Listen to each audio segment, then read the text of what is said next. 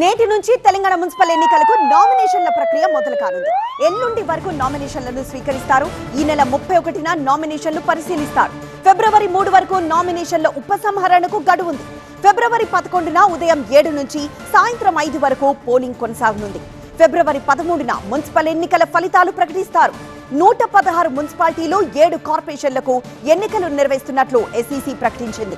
ఫిబ్రవరి 16న mayor, చైర్పర్సన్ల ఎన్నిక నిర్వహిస్తారు. Election notice ఆ రోజులందరూ కూడా ఇష్యూ చేస్తారు.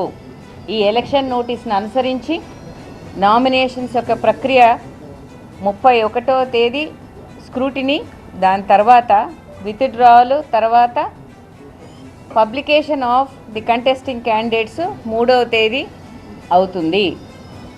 తదుపరి వాళ్ళు ప్రచారానికి వెళ్తారు. ప్రచారానికి వెళ్ళిన తర్వాత డేట్ ఆఫ్ పోలు 11వ తేదీ ఫిబ్రవరి.